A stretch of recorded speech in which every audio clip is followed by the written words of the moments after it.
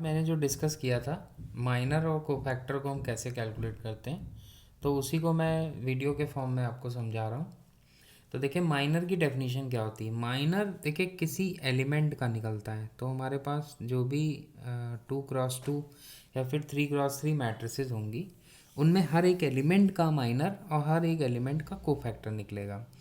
फिर आप उसकी मैट्रिक्स बना सकते हैं by selecting matrix of minors and matrix of cofactor. ठीक है, तो माइनर हम निकालेंगे कैसे।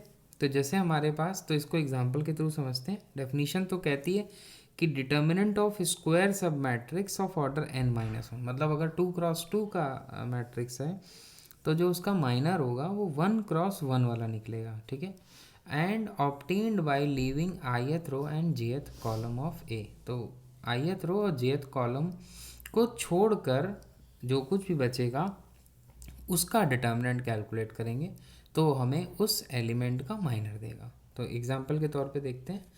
तो एक एग्जांपल है हमारे पास, जैसे मान लीजिए ए एक मैट्रिक्स है जो है आपकी 4 -3 -7 एंड 2।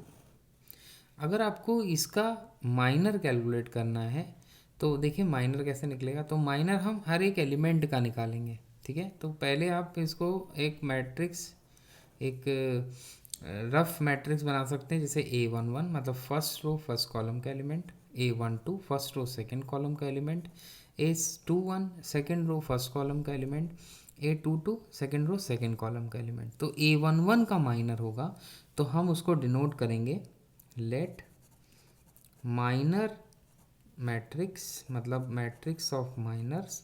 उसको हमने डिनोट किया, मान लीजिए M11 M12, मतलब A11 के करस्पॉन्डिंग जो माइनर है वो M11 है, A12 के करस्पॉन्डिंग जो माइनर है वो M12 है, ऐसे ही M21 M22। ठीक है, तो पहले एलिमेंट 4 का जो माइनर आएगा तो हम यहाँ लिखेंगे minor of element 4, that is, वो हमने क्या माना है M11, तो M11। तो ये 4 का निकालेंगे तो 4 का कॉलम छोड़ेंगे और 4 का रो छोड़ देंगे, तो एलिमेंट हमें कौन सा मिलेगा 2। तो M11 की वैल्यू 2 आ गई। इसी तरह M12 निकालेंगे तो M12 क्या है, माइनर ऑफ -7। तो -7 का रो छोड़ दिया, कॉलम छोड़ दिया, आंसर आ गया -3।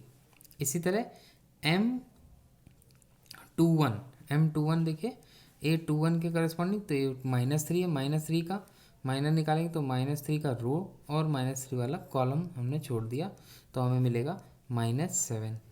इसी तरह से M22 निकलेगा। तो M22 देखिए कैसे आएगा, माइनर ऑफ माइनर निकालना है तो इस 2 का माइनर निकालना, तो 2 वाली रो छोड़ दी, कॉलम छोड़ दिया, 4 आ गया। तो इस तरह से ये माइनर कैलकुलेट होके आ गए।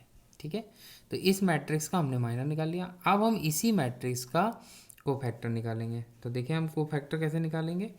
तो कोफैक्टर हो जाएगा आपका cofactor of A.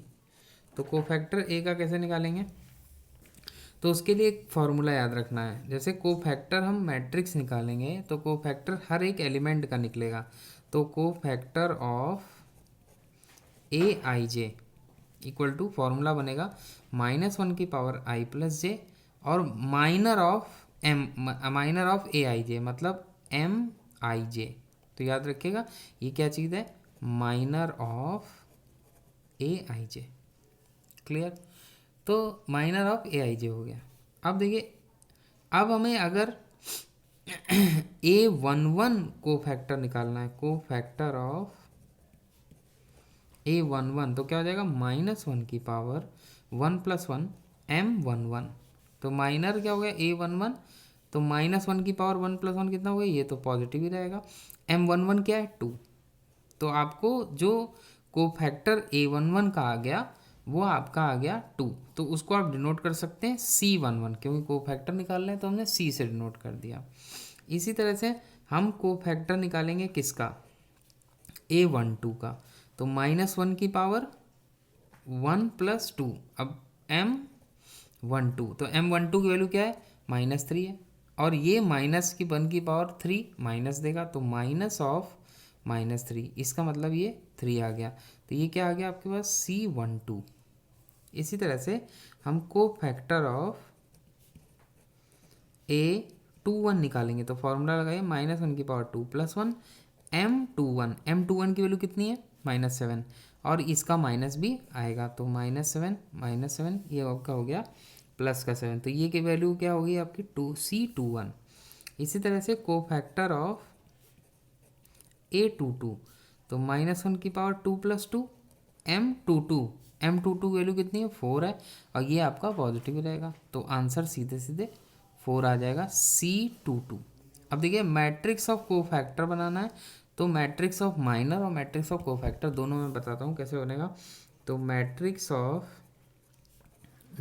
Of minors किसका, ए का, तो क्या हो जाएगा मैट्रिक्स हमारे पास M11 M12 M21 M22।